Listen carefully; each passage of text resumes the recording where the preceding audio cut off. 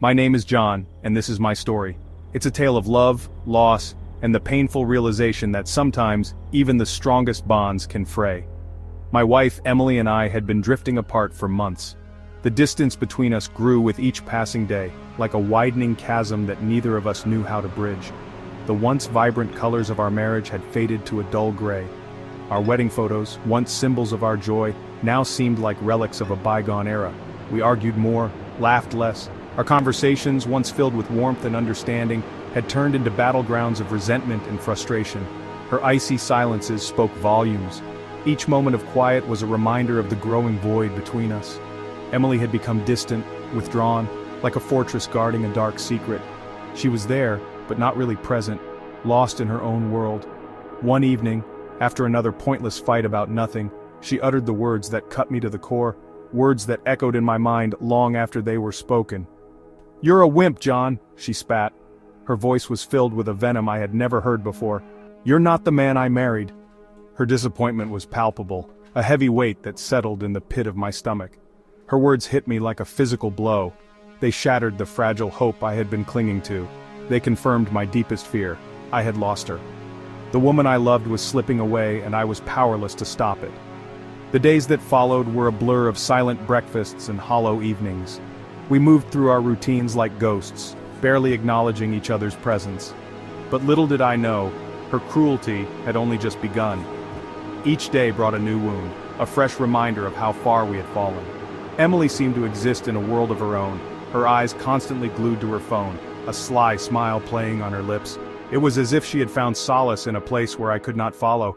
I felt a knot of dread tightening in my stomach. Something was terribly wrong. The woman I once knew was now a stranger, and I was left grappling with the fear of what that meant for us. My wife, the woman I loved, was a stranger who seemed to take pleasure in my pain, a stranger who clearly held me in contempt. And as the days turned into weeks, I realized that the chasm in our marriage was not just a gap, but an abyss that threatened to swallow us whole. Late one night I stumbled upon the truth, brutal and undeniable. It was a night like any other, or so I thought. The house was quiet, the only sound being the hum of the refrigerator. I was about to head to bed when I noticed Emily's phone, carelessly left charging on the kitchen counter. Emily's phone buzzed with a message, breaking the silence. Curiosity got the better of me, and I glanced at the screen. It was from a man named Mark, a name I had never heard her mention before. The words, "Can't wait for our trip," jumped out at me, accompanied by a heart emoji. My mind raced, trying to make sense of it. My heart pounded in my chest as I scrolled through their messages, each one a dagger to my soul. The more I read, the clearer it became. Emily had been having an affair. The photos, the messages, all pointed to one undeniable truth.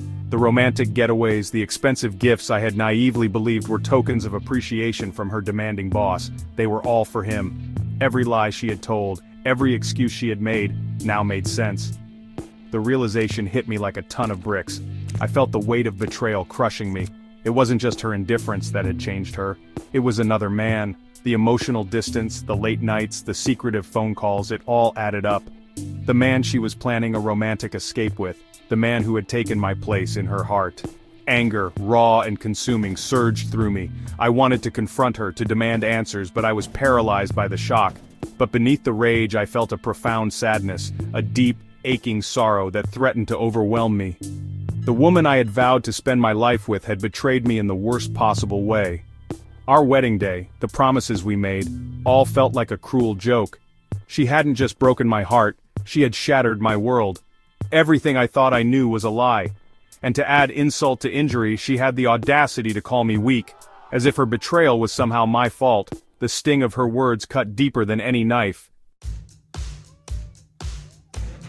Emily, lost in her web of deceit, was brazen. She spoke openly about her business trip to a vineyard upstate. A trip I now knew was a romantic rendezvous with her lover. She even had the gall to ask me to pack her bags, her voice dripping with feigned sweetness. "Make sure you pack my red dress, darling," she chirped, her eyes gleaming with anticipation. "It's Mark's favorite." Each word was a slap in the face, a reminder of her utter disregard for my feelings. But I played along, a plan forming in my mind. A plan for revenge. Emily, blinded by her own selfishness, remained oblivious to my inner turmoil. She was too preoccupied with the prospect of her romantic getaway to notice the steely glint in my eyes or the grim set of my jaw. She would learn soon enough that the wimp she thought she had married was capable of so much more. I wouldn't stoop to her level. I wouldn't let her drag me down into the mud where she thrived. I wouldn't engage in petty arguments or try to win her back. She thrived on chaos, and I refused to be a part of her twisted games. No, my revenge would be far more devastating. It would be meticulously planned, executed with precision, and leave no room for her to wriggle out. I would expose her for the fraud she was, and I would do it in a way that would scar her more deeply than any physical pain ever could. The truth would be my weapon, and it would cut deeper than any knife. I knew exactly what I had to do. Every step was planned, every detail considered. There was no room for error. The day of her business trip arrived. It was the perfect opportunity, the moment I had been waiting for. I watched as she preened in front of the mirror, oblivious to the storm that was about to engulf her. She was so confident, so sure of herself. As she sashayed out the door, suitcase in tow, I couldn't help but feel a surge of pity for her. She had no idea what was coming. She had no idea what awaited her. She was walking into a trap, one that I had set with the utmost care. She had no idea that her carefully constructed facade was about to crumble. Her world was about to be turned upside down. That evening, I put my plan into action. The drive to the vineyard was long, but it gave me time to reflect on everything that had led to this moment. I drove to the vineyard, a sense of grim satisfaction washing over me with each passing mile. This was it. This was the culmination of all my efforts. The closer I got, the more real it all became. This wasn't a dream. This was happening. The vineyard loomed ahead, a symbol of the reckoning to come. And Emily was about to get a taste of her own medicine.